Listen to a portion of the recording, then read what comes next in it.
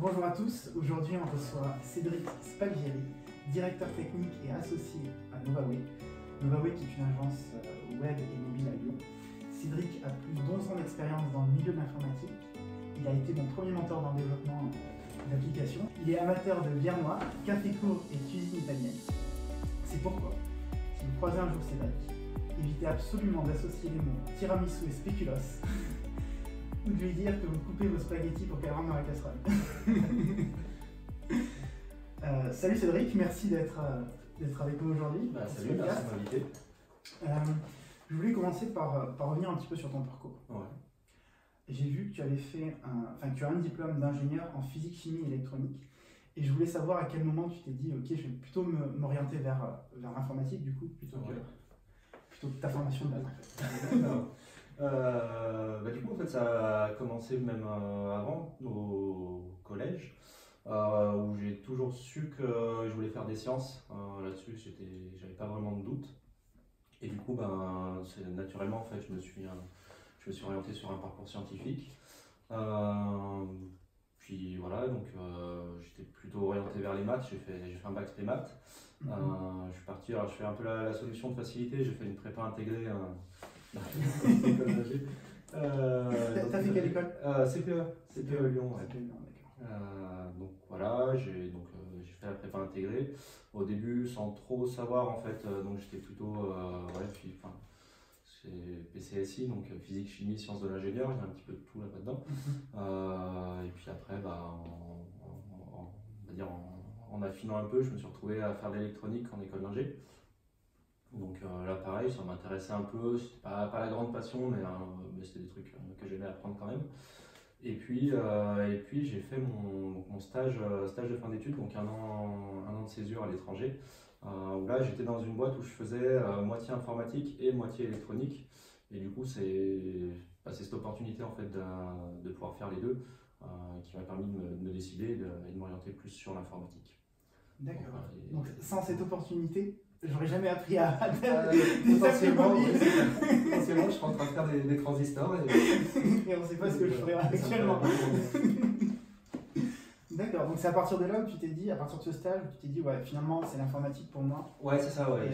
Ça m'a confirmé un choix, c'est-à-dire que l'informatique, j'en faisais déjà un petit peu, on va dire, en amateur à la maison, quoi, mais là, le fait de le faire professionnellement et du coup de façon un peu plus intense, ça m'a un peu poussé. Après, j'ai toujours été un peu attiré par le web.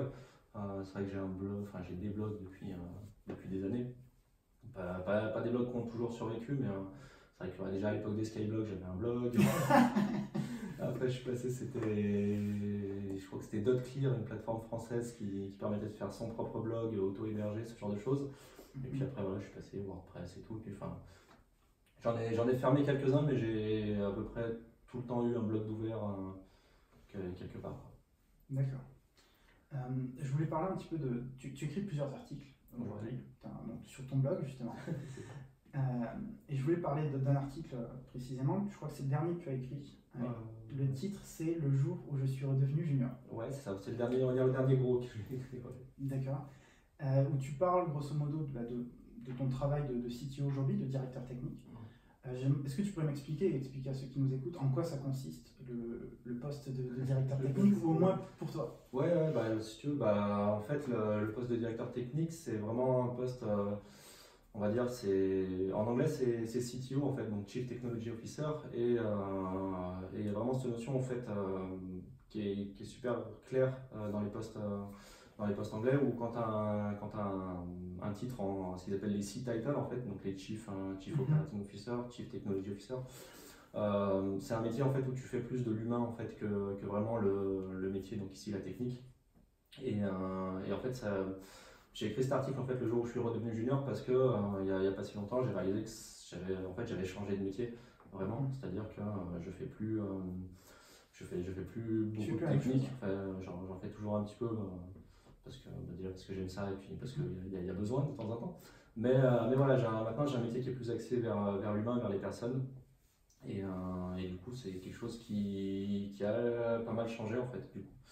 Dans le métier, c'est vrai qu'on a tendance, en fait, ce qui m'a motivé à écrire l'article, c'est qu'on a tendance en fait à penser que c'est une évolution naturelle, c'est-à-dire que bah, voilà, t'as fait tant de temps dans la technique, entre guillemets, t'as le grade pour pouvoir maintenant faire du management. Et moi, de ce que j'ai entendu, des discussions que j'ai pu avoir, il y a pas mal en fait de techniciens qui sont très bons en technique, qui se retrouvent à un poste de management et qui du coup sont très mauvais en management parce que c'est pas du tout ni là où ils sont bons, ni ce qu'ils ont envie de faire. Et, voilà, et c'est vrai que c'est un métier qui est complètement différent. Je l'ai pas réalisé tout de suite. Moi aussi, au début, j'étais un peu dans cette approche-là de se dire, bah oui, c'est une évolution voilà, naturelle, logique. Et finalement, non, pas du tout. C'est un nouveau métier. C'est un nouveau métier, ouais. D'accord. Ouais. Du coup, quels sont les challenges que tu as rencontrés du coup, avec cette nouvelle profession, si je puis dire, ces nouvelles occupations ce nouveau métier, ouais. Ce nouveau métier, du coup, c'est vraiment déjà le premier entre guillemets problème que j'ai eu, enfin pas vraiment problème, mais c'est du coup je me suis demandé ce que j'allais faire. De quoi je vais occuper mes journées? Non, c'est un peu bête, mais c'est vrai que quand tu fais de la technique, on va dire que ta liste de tâches est assez claire, hein. Tu as des fonctionnalités à développer, tu les développes et tu les mets en production et puis voilà, ça roule. Quand tu es manager, il n'y a pas de début, il n'y a pas de fin, quoi. C'est en permanence. Et ouais, là-dessus, j'ai eu cette petite période de flottement en fait, à me dire, ok, maintenant que j'ai cette responsabilité, qu'est-ce qu'il y a derrière? Surtout que nous, on est dans une boîte, aujourd'hui, on est une vingtaine de personnes, donc on a grossi, ça fait bientôt 10 ans qu'on existe. On a grossi progressivement et je suis le premier dans la boîte à faire vraiment cette bascule en fait, d'un métier de production à un métier de management. Donc du coup on n'a pas forcément d'historique là-dessus et donc de process ou de façon de faire. Du coup, comment tu as trouvé justement les tâches que tu allais faire et le rôle, entre guillemets, comment tu allais adopter ton rôle et quelle forme tu allais lui donner au sein de Novaway? Du coup, j'ai fait ce que je faisais en tant que développeur, c'est-à-dire que j'ai beaucoup lu. Ouais. J'ai acheté des livres sur le management, j'ai acheté des livres sur le management technique en particulier. Il y a un livre particulièrement il y a un livre qui est vraiment une référence, et puis chaque fois que j'entends parler de gens qui ont fait ce type de bascule, c'est des gens qui ont apprécié ce livre. C'est un livre de Camille Fournier, donc c'est une CTO. Alors je crois que, je sais plus si elle est encore, mais elle était chez Rent the Runaway au moment où elle a écrit ce bouquin. Et c'est un bouquin qui est super bien fait parce que il te redétaille le parcours en fait du technique vers le CTO. Donc ça commence vraiment en tant que contributeur individuel et puis du coup tu as toutes les évolutions, tu as le lead technique, ce qui s'appelle le VP of Engineering aux US, et puis voilà le rôle du CTO. Donc tu as toutes les problématiques qui se posent avec les différentes tailles d'équipe possibles. Et pour le coup, il est super bien fait. Ouais, vraiment, je recommande. D'accord. Si vous avez un jour concrètement, qu'est-ce que tu fais maintenant aujourd'hui? Comment tu occupes tes journées? Comment j'occupe mes journées? Alors, je fais toujours un petit peu de dev, plus par besoin que par envie, mais j'en fais toujours aussi parce que je pense que c'est important aussi d'avoir un peu les mains dans le cambouis, même si maintenant je me fais dépasser par pas mal de choses. Ouais. Et puis, alors il y a plusieurs choses que je fais. Une chose que j'aimerais faire plus, que je fais pas assez, mais c'est ce que j'appelle les one-on-one en fait, c'est des entretiens individuels. Ouais. Ça c'est quelque chose qui est super pertinent de pouvoir échanger en fait face à face avec les personnes de l'équipe. Et puis vraiment dans l'optique de faire avancer cette personne. C'est pas un point projet où tu vas savoir où t'en es sur tes projets, ce genre de choses. C'est vraiment de te dire comment tu te sens toi dans le boulot, essayer de creuser un peu, essayer de voir ce qui va bien, les choses qui vont bien, essayer de les mettre en avant, les choses qui vont pas, essayer de les corriger.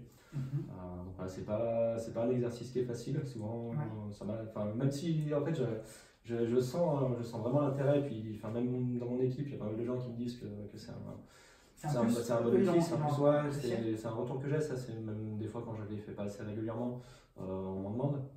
Mais c'est vrai que en même temps c'est un exercice qui est assez dur, parce que du coup t'es face aux réalités, quoi. Tu peux pas te cacher, et c'est pas... Ouais, il y a des conversations qui sont pas toujours faciles à avoir, il y a des choses que tu n'as pas envie d'entendre. Alors justement, tu mets les pieds dans le plat de exactement ce que je voulais parler, parce que c'est vraiment un point difficile où tu deals avec une personne et grosso modo tu dois lui faire une critique parfois sur son travail, Ouais, c'est ça. puisque tu veux qu'elle progresse, mais tu veux pas non plus blesser son ego ou la vexer. Ouais.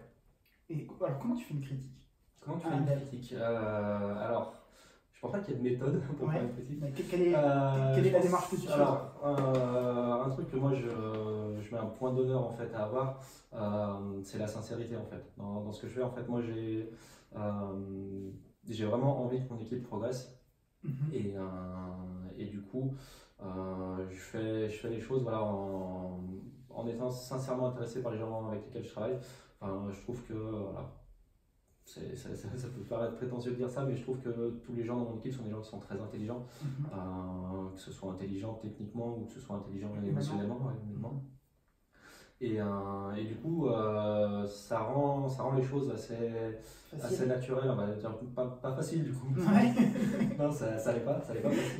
Mais voilà, en fait, si tu fais les choses vraiment sincèrement, moi j'essaie pas de manipuler les gens, c'est vraiment pas mon but quoi. Et du coup voilà, c'est ce qui m'aide entre guillemets à avoir un peu les conversations difficiles. Je pense que tout le monde sait dans mon équipe, j'espère en tout cas que voilà, mon objectif c'est vraiment que les gens progressent et que je suis là pour casser personne, pour abaisser personne. Après ouais, effectivement, des fois il y a des feedbacks à faire qui sont pas toujours les plus intéressants, mais là-dessus, typiquement, j'ai toujours dans les lectures, j'ai lu un autre bouquin qui est pas mal, qui s'appelle Radical Candor de Kim Scott, qui a pas mal fait parler de lui en ce moment, parce qu'il est sorti il n'y a pas très longtemps, et pour le coup, pareil, c'est un bouquin qui est très intéressant, qui a une approche, vraiment, tout est dans le titre, en fait, dans Radical Candor, c'est-à-dire d'avoir de l'attention pour les gens, mais d'être brutal quand il faut être brutal. Et je pense que c'est aussi comme ça que les gens progressent et les gens sentent que tu le fais, que si tu le fais sincèrement, je veux dire, c'est l'intention en fait. Ouais, quand tu as la bonne intention derrière, les gens le prennent mieux en fait. C'est ça. Ils sentent que tu le fais pour eux, tu le fais pour leur bien. Ouais, c'est ça. Même si sur le coup ça peut être dur, des deux côtés, hein. C'est dur à donner, c'est dur à recevoir. Ça reste quand même quelque chose qui est sur le long terme, je pense, qui construit les choses. Je suis d'accord avec toi. Du coup, ces one-on-one, ces entretiens avec les autres développeurs en particulier, c'est à quelle fréquence aujourd'hui chez Novaweb? C'est tous les ans ou est-ce que... Non, alors l'idée, c'est justement de ne pas avoir tous les ans.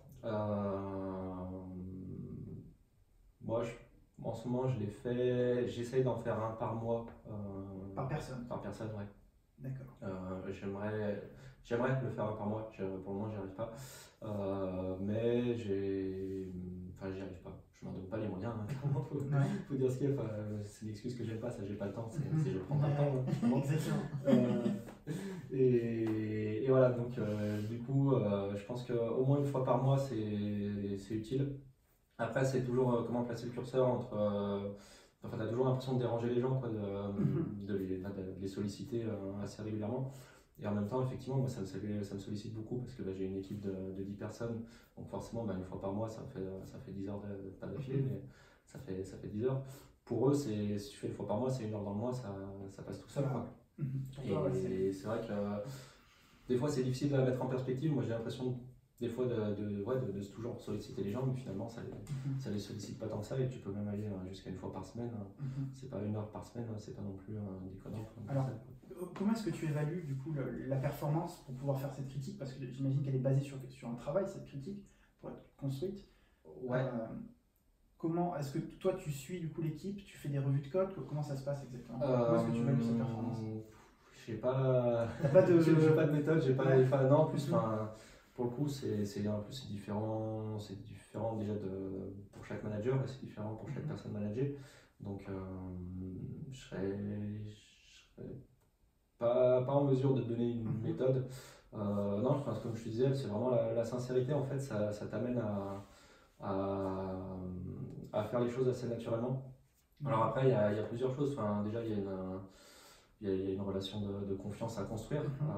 Tant que tu ne construis pas cette relation de confiance, en fait, c'est difficile d'avoir presque sincérité dans les deux sens. C'est-à-dire que même si toi, tu es sincère avec la personne, pour que la personne vienne te faire des remontées, il ne faut pas oublier en fait, que quand tu es le manager de quelqu'un, il ne te voit pas de la même façon en fait, qu'un autre collègue, quoi. T'es manager, t'es entre guillemets au-dessus, même si moi, j'ai tendance à dire que le manager il est plutôt en dessous pour pousser, mais voilà, t'es hiérarchiquement au-dessus, et du coup, t'as cette difficulté en fait qui s'installe chez les gens à s'ouvrir, à donner les informations, remonter les feedbacks. Parce que mine de rien, pour un manager, c'est super important aussi les feedbacks, de savoir ce que toi, en tant que manager, tu fais de bien ou pas bien.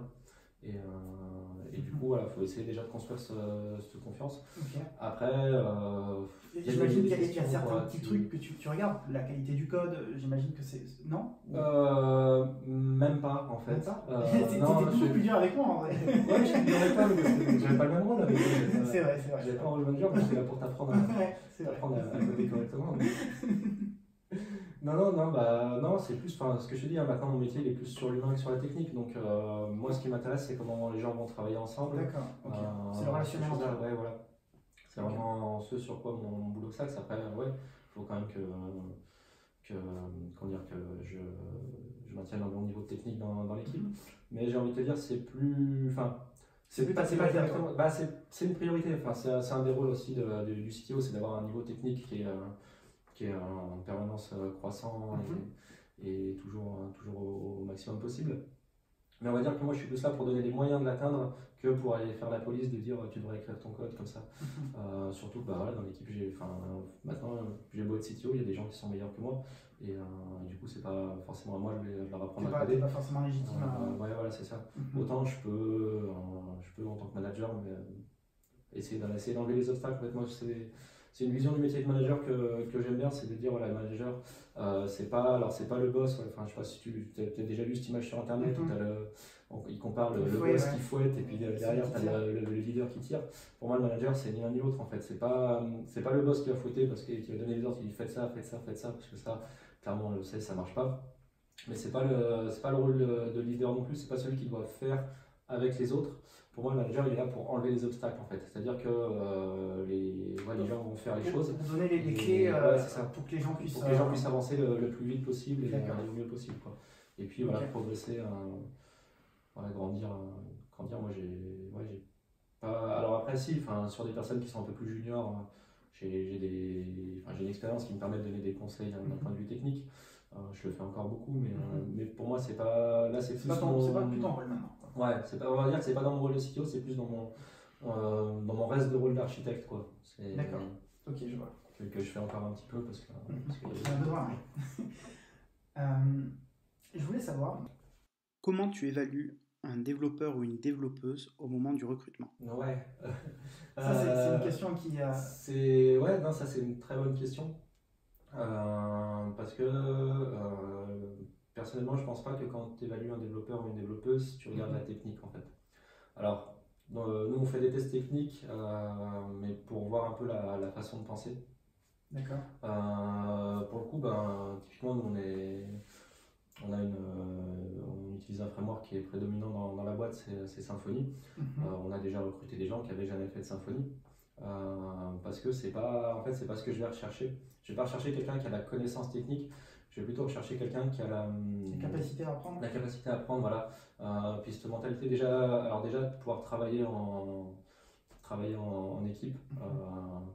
C'est j'ai plus le nom, mais les anglo-saxons ils ont un nom pour ça, mais pour dire que c'est un peu entre guillemets le développeur connard, quoi. C'est le mec qui est très très bon techniquement, qui va te faire des trucs de fou, mais qui va pas accepter la critique, qui va pas accepter de travailler avec quelqu'un d'autre qui travaille moins bien que lui. Ce genre de profil, moi c'est pas le genre de profil avec lequel j'ai envie de travailler, quoi. Moi je suis là pour construire une équipe, je suis là pour faire progresser tout le monde, pas juste une individualité. Donc c'est voilà, je vais plutôt aller chercher quelqu'un qui a cette capacité de bosser en équipe, de bosser avec les autres, et puis d'apprendre, quelqu'un qui aime apprendre. Vraiment. D'accord. Comment est-ce que tu arrives à savoir du coup, quand tu rencontres une personne, qu'elle aime apprendre et que justement dans le relationnel, tu peux la projeter en fait dans l'équipe et que ça va bien fonctionner. Ouais, j'ai mes questions pièges. C'est quoi tes questions pièges? C'est pas vraiment des questions pièges, mais j'ai j'ai des petites questions comme ça. Enfin, c'est, je sais pas, pour toi, c'est quoi le collègue idéal ou est-ce que tu peux me décrire l'équipe dans laquelle tu es actuellement, tu vois, ce genre de choses. Là, tu vois un peu le ressenti, comment quelqu'un évalue son équipe. Tu vois, un mec qui va te dire, mon équipe, c'est tous des connards. Si c'est pour toi, c'est tous des connards, peut-être qu'il y a un souci, c'est pour toi en fait le problème. Connard. Donc voilà, c'est le genre de choses que j'essaye d'identifier. Ok. Donc plus par l'évaluation des autres, tu arrives à l'évaluer lui-même quelque part. Ouais, c'est la ça. perception en tout cas qu'il a en tout cas, ouais, puis sa façon de travailler avec les autres. Enfin, c'est ça que je cherche, vraiment la façon de travailler avec les autres. D'accord.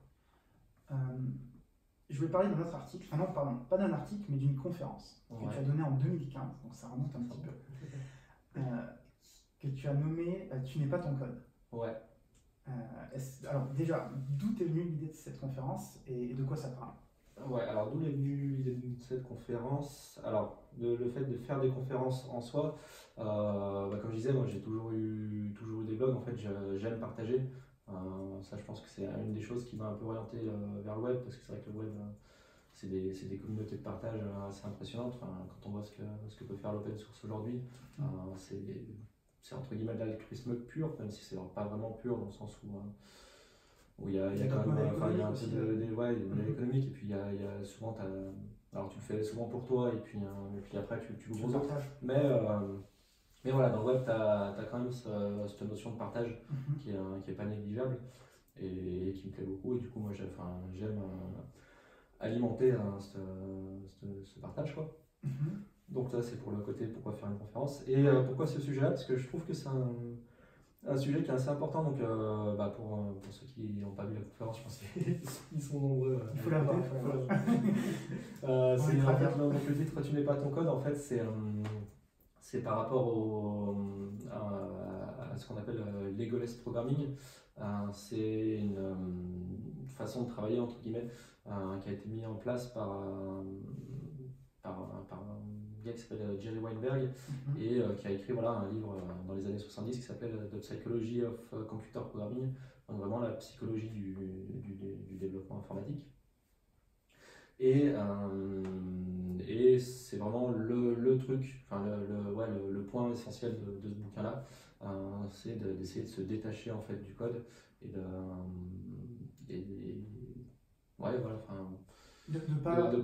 pas s'attacher au code. En fait, l'idée c'est que si tu critiques mon code, tu critiques mon code et que tu critiques pas moi en fait, personnellement. Voilà, c'est ça. C'est ça l'idée. Voilà, et sachant qu'en fait c'est un bouquin qui s'appuie sur énormément d'études psychologiques, en fait pour voir les relations que les gens peuvent avoir avec leur code et puis avec leur métier de développeur ou de développeuse. Et du coup c'est un sujet qui m'intéresse, en fait, la psychologie dans le développement. Ça a commencé, je me rappelle en fait d'où ça vient. Ça vient des canards en plastique. Oui, alors tu prends de l'avance parce que ça va aller après, mais vas-y, parle du canard en plastique. Ouais, en fait les canards en plastique c'est une méthode de debugging que j'ai découvert il y a maintenant quelques années, bien 6-7 ans, qui consiste en fait à exprimer un sujet à haute voix à un canard en plastique, en fait, de lui parler du problème qu'on a, d'essayer de lui expliquer le problème. Parce que le simple fait en fait d'exprimer quelque chose à haute voix fait que ça va ralentir le flux de pensée. Et du coup, en ralentissant le flux de pensée, on va être plus amené à trouver des solutions aux problèmes qu'on a. Et donc du coup, voilà, c'est une méthode qui m'a fait marrer sur le coup. Mais qui est très sérieuse. Ah oui, non, enfin, il y a des études derrière, ça marche. Ouais. Donc le principe, il me semble, le mot c'est la dissonance cognitive, c'est en fait on dit ce qu'on a fait et on se rend compte que c'est pas ce qu'on voulait faire, c'est ça? Il y a une dissonance la dissonance cognitive, c'est pas vraiment ça. La dissonance cognitive, c'est bien cette notion de différence entre les actions et les pensées. Mais là, ça va plus être typiquement dans l'egoless programming plutôt que dans le rubber duck debugging. C'est-à-dire qu'en fait, l'egoless programming, c'est vraiment cette notion de dire typiquement de se détacher de son code, en fait d'avoir cette dissonance, parce que en fait la dissonance cognitive c'est un truc qui s'exprime énormément à l'écrit, et justement de dire si j'écris quelque chose ça me représente, Et voilà, donc du coup, l'écrire du code, s'il y a une erreur dans le code, ça peut être interprété comme une erreur individuelle.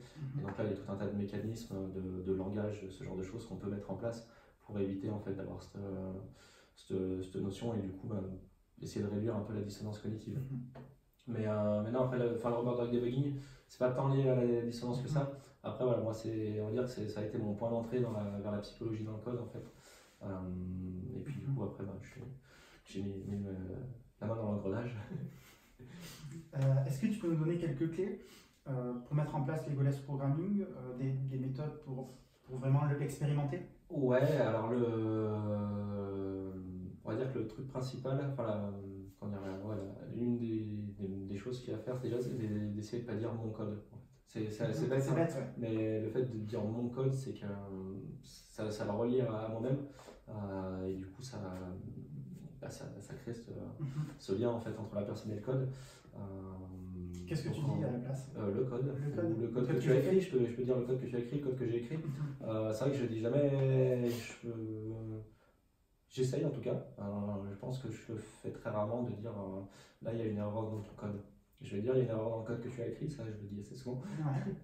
mais je vais jamais dire ton code. Enfin vraiment j'essaye de dissocier la personne du code. Et puis du coup après nous on a pas mal de choses. Alors le gars qui a mis en avant la notion d'egoless programming, il a fait ça en 1970, donc à l'époque les codes c'était des petites cartes qu'on perforait, on n'avait pas les mêmes outils qu'on a aujourd'hui. Aujourd'hui on a un outil qui est très très puissant, un des outils, mais on a la revue de code, qui est pour moi un élément essentiel en fait, puisque du coup ça va permettre de diffuser un peu la responsabilité, c'est-à-dire que tu écris ton code et puis il va être lu par quelqu'un d'autre. J'ai dit ton code, tu vois. Tu écris du code, il va être lu par quelqu'un d'autre. Et du coup, ça va un petit peu détacher déjà la responsabilité que tu as par rapport à ce code. Tu peux le faire même en pair programming. Le pair programming, c'est un outil qui est super utile. Et puis, du coup, le fait de l'écrire à deux fait que t'es moins psychologiquement lié à ton code. Explique le pair programming peut-être. Alors le pair programming, c'est une méthode qui peut paraître très contre-productive. C'est de prendre deux personnes qui travaillent sur la même tâche en même temps, avec le même écran, le même clavier, la même souris. Donc d'un point de vue, on va dire, purement opérationnel, tu as l'impression de jeter l'argent par les fenêtres parce que tu as deux personnes qui font la même chose alors qu'une seule aurait pu le faire. Maintenant, il y a des centaines d'études qui ont montré que sur le long terme, c'est ultra bénéfique parce que déjà, même si tu fais de la revue de code, c'est des allers-retours en fait. Tu vas soumettre ton code, quelqu'un va te dire ça c'est pas bon. Quand tu fais du pair programming, tu as vraiment une feedback loop, en fait, un retour qui est instantané. Dès que tu vas faire quelque chose qui ne va pas, tu as une personne qui va pas, ou même sur laquelle il y a une question, tu as une personne qui sera là juste à côté, qui va te poser la question, qui va te demander pourquoi tu fais ça, et tu vas échanger tout de suite dessus, et tu limites les allers-retours en fait. Donc rien que ça, déjà, c'est un bien en productivité, si tu es inquiété par la productivité. Et puis, tu as une diffusion de connaissances, tu as une réflexion commune. Donc tu sais d'où sortent les décisions d'architecture en fait, parce que tu les as prises ensemble. Donc voilà, tu as tout un tas d'avantages comme ça. D'accord. Je reviens un petit peu en arrière. Ouais. Si tu devais donner un conseil au Cédric d'il y a, je sais pas, quelques années ou quelques mois, qui a fait cette bascule, cette transition entre développeur senior et CTO, quels sont les conseils ou le conseil que tu lui donnerais pour l'aider dans cette transition? Bonne question. Je te passe une colle. Ouais, non, je pense que. Les livres, Alors, lire des livres, mais ça, il n'a pas besoin de ses conseils, c'est vrai qu'il les a lus, les livres, mais. Non, je pense que le conseil, c'est entre guillemets, de ne pas avoir peur des gens, en fait. Dans le sens où, ce que je disais sur la sincérité, si tu fais sincèrement ce que tu fais, ton boulot, si tu essayes de gérer ton équipe de la façon la plus sincère possible, et puis vraiment avec cette volonté de faire progresser chaque personne, je pense que même si tu as des retours, il ils sont toujours construits. C'est-à-dire que on parlait tout à l'heure de faire des retours constructifs à ton équipe. Moi encore aujourd'hui, hein, je le dis, c'est un conseil que je donne au Cédric il y a 2 ans, c'est un conseil que je peux donner encore au Cédric d'aujourd'hui. C'est que voilà, c'est que de la même façon, en fait, une fois que tu as réussi à construire un peu cette relation de confiance, les retours que vont te faire ton équipe, ça sera peut-être des fois des choses qui sont dures à entendre, ça sera peut-être des choses des fois où tu auras très peu de levier d'action, voire pas du tout, mais ça sera jamais des choses qu'on va dire contre toi en fait, c'est des choses qu'on va dire toi aussi pour te faire progresser. De manière bienveillante quoi. Ouais, voilà, c'est ça. Et je pense que ça c'est même, enfin, c'est une culture à construire dans une équipe. Alors, enfin, la bienveillance, c'est un mot qui est un peu, je trouve un peu galvaudé ces dernières années. Quoi. Enfin, on parle de bienveillance à tous les étages, mais ça reste quand même ouais, une façon de faire qui est pour moi importante. Enfin, voilà, la bienveillance, la sincérité, c'est les clés en fait de ce boulot. D'accord.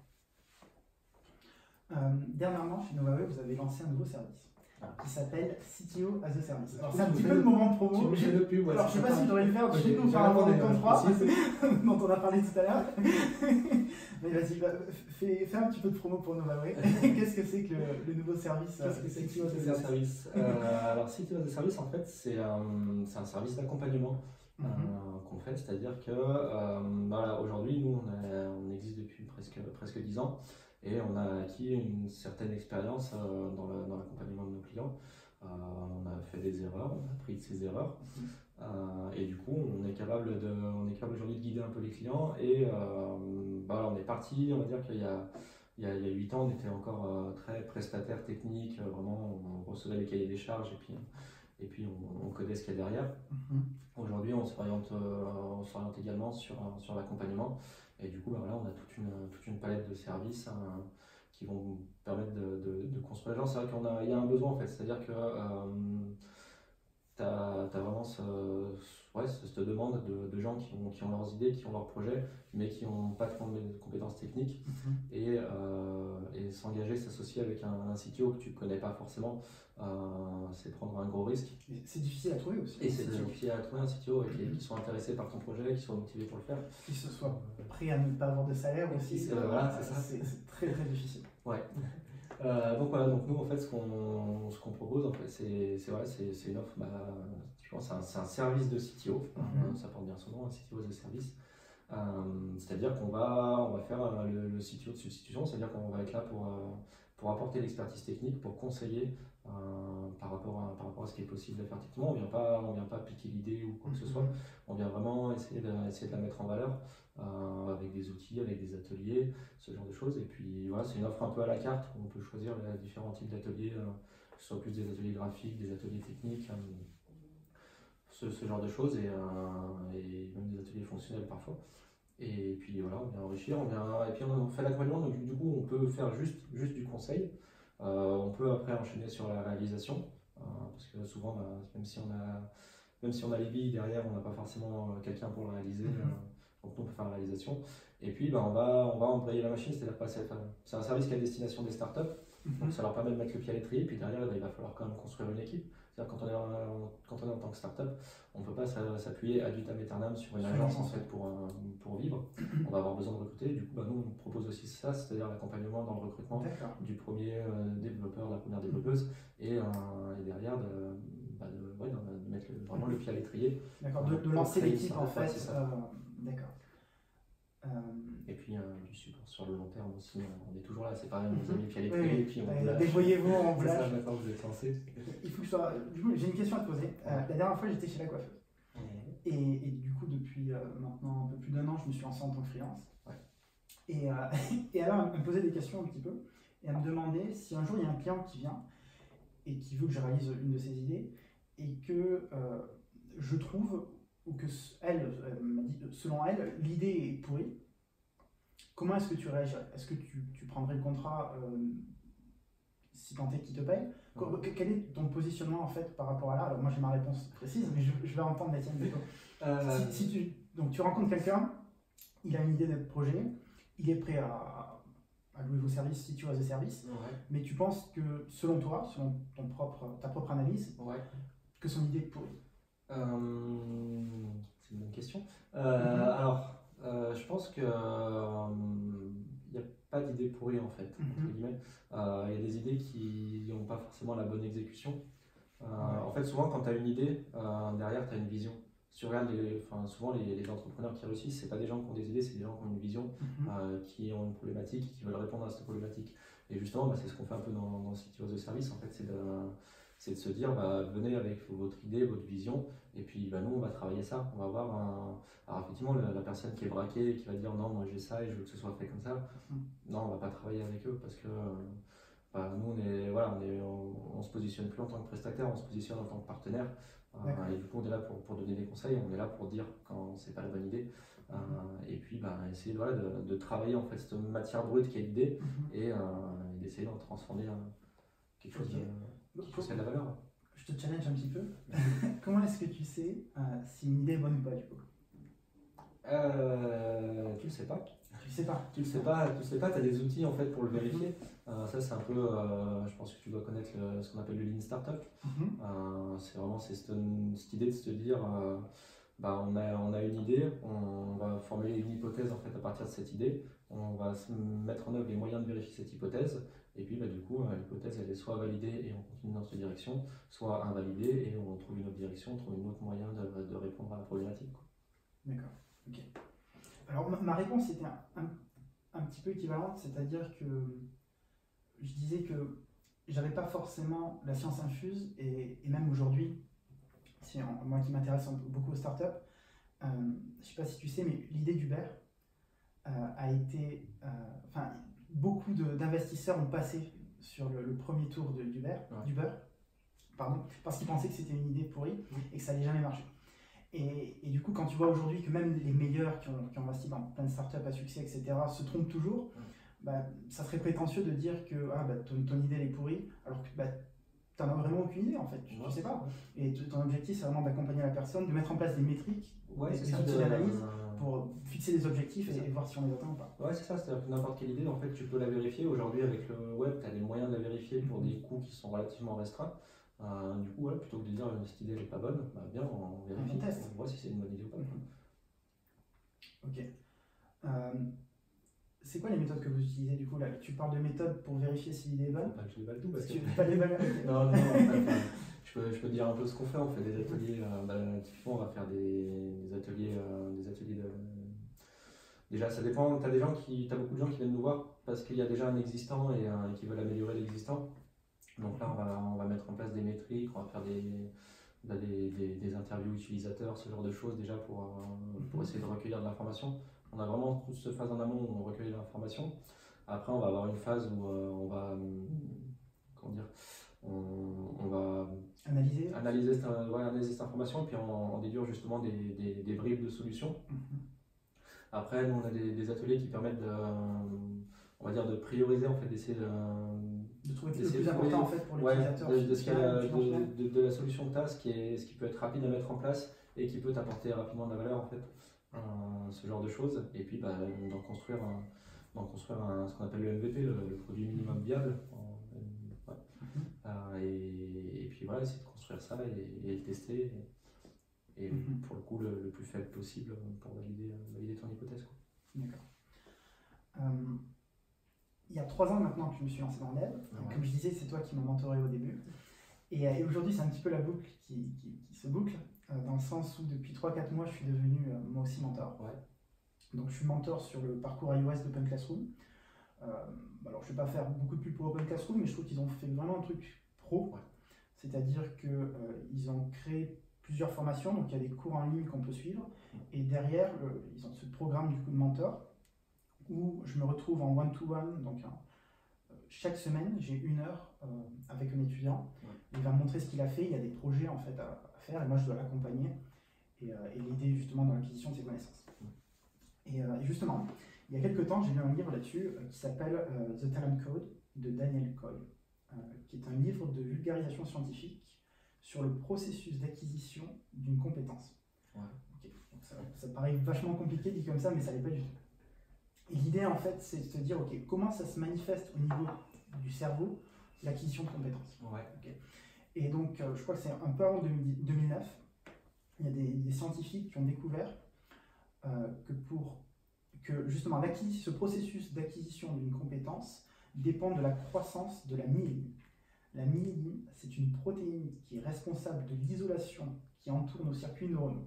Ok. Voilà. Normalement, je ne me trompe pas, j'avais pris des notes. Parce que c'est pas trop mon secteur, mais grosso modo, ils se sont rendus compte que voilà, il y a cette myéline qu'on peut créer. Ouais. Et pour stimuler la création de myéline, en fait, il faut pratiquer notre discipline à la limite en fait de nos capacités, de nos compétences, de manière à faire des erreurs, comprendre pourquoi on a fait ces erreurs et les corriger. Ouais. Et a priori, donc ils ont mis en place des expériences et ils ont constaté aussi ce phénomène en fait dans plein de disciplines. Donc par exemple, ils ont fait une expérience où ils ont pris une classe A et une classe B, de niveau à peu près équivalent.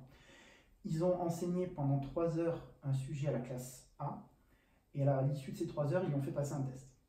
Ils ont pris la classe B, ils lui ont enseigné cette fois-ci qu'1 heure le sujet, sauf qu'à l'intérieur de cette heure, ils ont mis en place 3 tests pour valider l'acquisition des connaissances et pour tester aussi les connaissances. Et à l'issue de cette heure, ils ont fait faire un test à la classe B.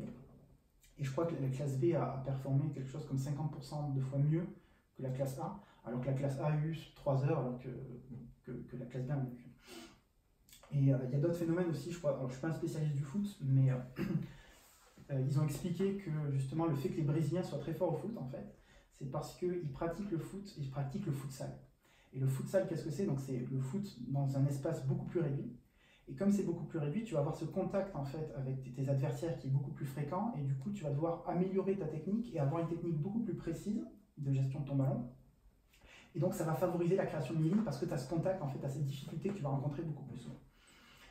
Donc je trouvais ça vachement intéressant, même si ça paraît pas, ça paraît assez logique, je veux dire, comme, de se dire ok, bah, tu fais des erreurs, forcément tu dois apprendre, tu vois, donc, mais ça quand même m'a fait pas mal réfléchir, notamment parce que du coup maintenant je suis mentor, et que dans cette partie du livre, il parle justement des mentors qui ont un niveau, on va dire, international, qui sont vraiment reconnus en fait dans leur profession, que ce soit dans le tennis, dans le chant, je crois, ils prennent plusieurs exemples. Et ils ont justement analysé leur méthode de travail, et ils ont retrouvé ce processus en fait, qui était vraiment fait qui était systématique et répétitif et très amplifié en fait par les coachs. Ouais. C'est-à-dire qu'ils prennent l'exemple d'un professeur de chant ou de guitare, je sais plus. Et il dit, bah, grosso modo, tu vas faire une erreur, plutôt que de rejouer l'ensemble du morceau, tu vas rejouer en fait la mesure sur laquelle tu as fait l'erreur et tu vas la répéter en fait de manière à corriger ton erreur, et tu vas vraiment te concentrer sur une partie précise. Donc ok, j'ai regardé tout ça et je me suis dit comment est-ce que moi je peux l'appliquer du coup à mes séances de mentorat. Ouais. Et aujourd'hui, voilà ce que je fais. Donc j'ai des séances de pair programming où j'essaie d'accompagner du coup l'étudiant, d'accélérer ce processus du coup parce qu'on n'a qu'1 heure, où je vais pas le pousser à faire une erreur, mais je vais l'inciter à essayer des choses pour qu'il fasse le maximum d'erreurs possibles, qu'il comprenne pourquoi et qu'il corrige derrière. Alors c'est pas facile parce que déjà ça nécessite que j'ai la bonne réponse pour l'accompagner, ce qui n'est pas tout le temps le cas malheureusement. Donc, ouais, c'est compliqué, donc des fois je suis plutôt bon. Clique sur Chrome, on va aller sur Google, on va chercher. Et aussi, je dois résister des fois à la tentation de lui donner la réponse. Parce que des fois, j'ai la réponse, moi, ça me paraît tellement évident, en fait, que c'est ça. Mais pour lui, c'est pas évident parce qu'il n'a pas toute cette expérience encore. Et je dois me retenir de lui dire, ah non, il ne faut pas que je le dise parce qu'il doit chercher, quoi. Ouais. Et c'est là que ça m'a rappelé, du coup, la méthode du canard en plastique, qui quelque part reprend ce processus puisque tu dis grosso modo ce que tu essayes de faire. Donc l'idée c'est que tu te rends compte de ton erreur, que tu la cherches et que tu la comprennes pour la corriger. Donc j'essaye de mettre un petit peu en place ça avec mes étudiants, ce qui est super, je trouve, c'est une expérience vraiment géniale. Et je voulais savoir aujourd'hui, donc j'avais des questions à poser là-dessus, est-ce que toi tu as d'autres méthodes d'apprentissage que la méthode du canard en plastique? Est-ce que tu utilises certaines méthodes comme ça, ou peut-être que tu fais inconsciemment, tu vois, ouais, avec un junior pour essayer de lui apprendre à acquérir des connaissances le plus rapidement possible? Alors, est-ce que j'ai d'autres méthodes que le canard en plastique? Ouais, j'en ai plein, heureusement. Après, est-ce que tu peux nous en parler d'une? Une méthode, c'est pas une méthode, mais déjà passer du temps, en fait, c'est con, mais pour faire apprendre quelqu'un, il ne faut pas lui dire on va faire ça et puis débrouille-toi, tu reviens quand tu l'as fait. Il faut vraiment passer du temps, accompagner et puis aider à progresser. Après, comme tu disais, ouais, l'idée c'est d'essayer de laisser trouver les erreurs par eux-mêmes. faire les choses. De tête comme ça, je n'aurais pas donné une méthode en particulier, mais c'est vrai que ouais, moi, c'est un truc que je fais encore beaucoup aujourd'hui, de me dire, bah, voilà, quand quelqu'un a une erreur, bien, on s'assoit 5 minutes, on regarde un peu l'erreur, on passe du temps, on va essayer des solutions. Effectivement, j'essaie pas toujours de mettre en place la bonne solution tout de suite. J'explique énormément, c'est-à-dire que je vais pas lui montrer en lui disant, voilà, regarde, je fais comme ça. Je vais lui dire, bah là je fais comme ça pour faire ça, là on va faire ça, ça servira plus tard, ça servira pas, ou on va d'abord faire ça, on va le faire étape par étape, c'est-à-dire que tu vas déconstruire le problème. Voilà, moi je saurais faire la solution tout de suite, Ouais. mais avec quelqu'un qui est plus junior, je vais le faire de façon itérative, c'est-à-dire que je vais faire un truc qui marche un peu mieux, puis qui marche encore mieux, puis essayer de trouver le truc parfait, le mieux que moi je sois capable de faire. Donc tu vas jusque-là, avec un junior, tu vas au maximum de ce que toi tu es capable de faire? Ouais, mais de façon itérative. Et surtout, je m'attends pas à ce que lui le refasse derrière en fait. Mais je lui montre la logique. Je pense que c'est important en fait de me montrer la logique en fait qu'il y a derrière les choses. D'accord. Ça c'est là j'ai dans mon équipe quelqu'un qui est maintenant un peu moins junior mais qui a été junior il y a un peu de temps. Et je lui disais mais si tu retiens que 30% de ce que je suis en train de t'expliquer maintenant, c'est super en fait. T'as déjà bien progressé. Mais voilà, je ne m'interdisais pas de lui montrer les techniques avancées. C'est juste que je ne me plaçais pas non plus en professeur qui disait la bonne façon, c'est ça. Je lui montrais en fait ma logique, voilà, faire les choses, voilà comment moi je fais les choses, le faire de façon itérative et voilà, lui montrer jusqu'à ce que moi j'aurais fait. Pas en m'attendant à ce que lui le refasse, mais lui faire avoir ce schéma de pensée en fait. Et vraiment énormément poser des questions en fait. C'est-à-dire que même si derrière c'est moi qui réalise, à chaque fois que je vais faire quelque chose, je vais lui demander d'abord s'il voit ce que je veux faire, si lui a une idée de ce qu'il faut faire. Je pose beaucoup de questions quand je montre les choses. D'accord. Je pense que j'ai dû t'en poser pas mal des questions. Oui. Tu m'as fait beaucoup parler au canard en plastique. Je me souviens tout l'open space qui se moquait de moi. Mais je le faisais et ça marchait. Enfin, je veux dire, ça marche très très bien. Ça marche très bien. J'ai hésité à m'en acheter un, mais du coup, maintenant, je vais essayer de me parler à moi-même. Je passe pour un fou, mais bon, tu me diras, parler à un canard en plastique, c'est pas forcément des bons signes, quand les gens ne connaissent pas en tout cas. Du coup, tu as un petit peu anticipé, je pense, ma question d'après, c'est comment est-ce que tu doses le niveau de connaissance que tu vas partager à un étudiant pour pas non plus le submerger? Est-ce que tu vas au lit, ou tu vas par étapes, mais tu vas jusqu'au bout Alors en fait, moi, alors c'est ma façon de faire, je pense qu'elle n'est pas universelle, mais ma façon de faire, c'est de dire on va travailler sur un point, par contre on va le faire bien. Ça va être juste un sujet, on va améliorer ça. On va pas s'amuser à refaire toute la base de code au top du top. On va pas s'amuser à remonter juste d'un tout petit niveau toute la base de code. C'est plutôt on va prendre ce point là et on va le faire bien. Enfin, quand je dis bien, on va le faire de la meilleure façon que moi je connaisse. Il y a peut-être des gens, sûrement d'autres gens qui le font mieux que moi. Mais voilà. Mon approche c'est plutôt ça. C'est pas, j'aime pas faire les choses à moitié. Du coup voilà, je le fais correctement. Je fais juste sur un point parce que de toute façon, déjà rien qu'un point, c'est une quantité d'informations qui est dure à intégrer. Mais le fait de l'avoir vu, et puis je me dis en fait que moi j'ai mon expérience. Si je découpe une connaissance par étape, c'est pas dit qu'en fait ce soit les étapes les plus adaptées en fait à une personne. Tu vois. Et du coup, le fait de montrer les choses à fond. Peut-être que ce qu'il va retenir, c'est que la dernière étape, tu vois. Mais il aura retenu cette étape-là, il aura retenu qu'effectivement, c'est comme ça qu'il faut faire. Et si tu montres tout, tu offres à cette personne l'opportunité de choisir ce qu'il retient dedans. Si tu lui montres que des étapes que toi, tu as choisi de lui montrer, potentiellement, il ne va pas la retenir parce que c'est pas quelque chose qu'il est prêt à intégrer à ce moment-là. D'accord. Ok. Je te dis ça parce que dernièrement, j'étais confronté, on va dire, plus ou moins au problème. Où mon étudiant du coup travaille sur un projet, son premier projet en Swift, du coup, c'est un langage, je vais expliquer quand même pour ceux qui nous écoutent, qui ne sont pas développeurs, qui est un langage du coup de programmation qui est le langage d'Apple en fait pour développer des applications iOS, macOS, etc. Et donc il avait fait quelque chose de relativement avancé, sans comprendre vraiment ce qu'il avait fait. Et donc c'était sur une classe grosso modo. Et il avait une propriété qui était, on appelle ça une computed property. Grosso modo, c'est une variable qu'on peut pas, on peut pas setter la valeur, on peut juste la récupérer, dans ce cas précis, donc c'était un get. Et donc il déclarait sa variable et retournait directement la valeur qu'il fallait. Donc ça, c'est une technique que moi, j'ai pas vue tout de suite, que j'estime, entre guillemets, par rapport à mon savoir qui est avancé, et que tu peux changer via une méthode. En fait, qu'est-ce que c'est une méthode sans valeur d'entrée. Ouais, propriété calculée. Et du coup, je me suis dit, bon, j'ai peur, en fait, que s'il voit ce genre de truc, déjà quand il voit beaucoup de choses, que ce soit vachement complexe pour lui à appréhender. Du coup, je dis, bon, écoute, on va peut-être faire une méthode. Alors au début, j'ai essayé de lui expliquer ce qu'il avait fait, du coup. Et je me suis rendu compte, je me suis dit non, en fait, c'est peut-être un peu trop avancé. On va juste faire une méthode parce que tu n'as jamais fait de méthode déjà. Ouais. Donc ça serait bien d'en faire une, tu vois, de passer par là. Et je me suis dit, ouais, c'est quand même difficile ces fois de savoir doser parce qu'on peut aller loin. Tu vois, après, il y a aussi cet aspect de style, etc. Qu'il y en a qui ont un certain style dans le code. Et donc, tu as un curseur quand même que tu peux. Certains arrivent à pousser très loin quand tu vois ce que font certains devs, c'est incroyable, quoi. Donc, ouais, toujours j'hésite quoi des fois, tu vois, je sais pas trop où positionner mon curseur. Ouais, c'est pas évident après. Enfin, pour moi, ça se construit dans la durée, c'est-à-dire que sur le long terme, tu vas un peu plus cerner les capacités de la personne.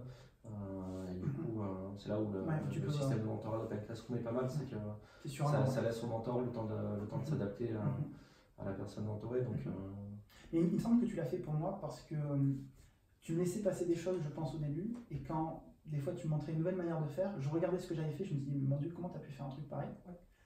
Et du coup, je revenais en arrière et je refactorais. Ouais. Mais du coup, je me suis dit, ok, il dose quand même un petit peu, il me submerge pas non plus de connaissances et il me laisse le temps de.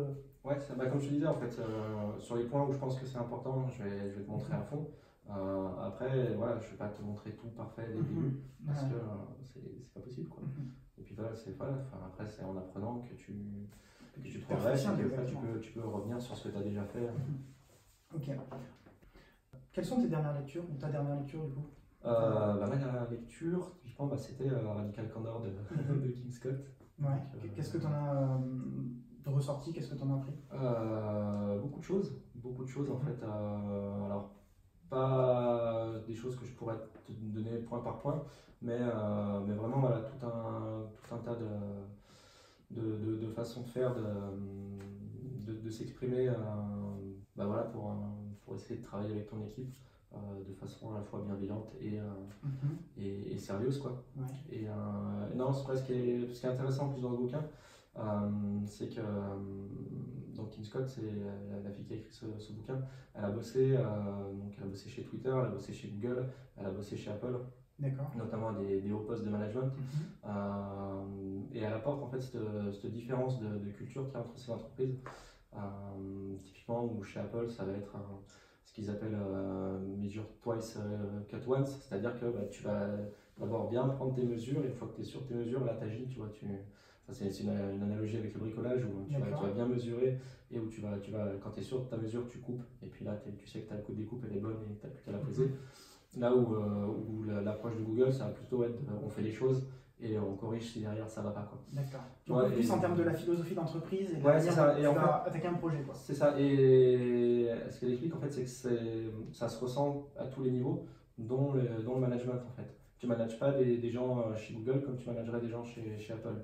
Ça n'a pas du tout la même façon de faire. La culture impacte beaucoup le style managérial, quoi. Ouais. D'accord. Et vice versa, le style managérial impacte beaucoup la culture. Bien sûr, tout à fait, ça va dans les deux sens.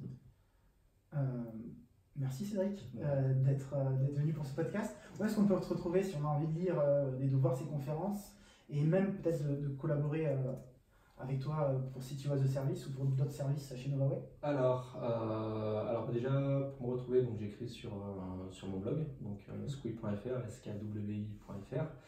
Je vais donner une conférence en octobre, si je ne dis pas de bêtises, à Paris Web. Typiquement, justement, le sujet, c'est le jour où je suis redevenu junior. Donc ça sera un peu pas le même contenu que l'article de blog, mais voilà, le même thème et puis un format un peu différent. C'est une conférence que j'ai proposée également à d'autres conférences, donc je ne peux pas encore trop en parler, mais potentiellement je vais la donner ailleurs. Et puis voilà, du coup, pour travailler avec moi sur City Was the Service, sur le site, cité aux services, dans Google, ça tombe assez bien. Ouais, vous êtes bien référencé. Ouais, on est bien référencé là-dessus. Puis sinon, plus simple, novaway.fr, donc, qui est le site de l'agence. Voilà. Et puis, c'est à peu près tout où on peut me voir, c'est déjà pas mal. D'accord, on mettra les liens dans la description. Voilà. C'est la fin de cet épisode, merci beaucoup de nous avoir écoutés. Si ce podcast vous a plu, n'hésitez pas à le noter et à vous abonner. A très bientôt pour un prochain épisode.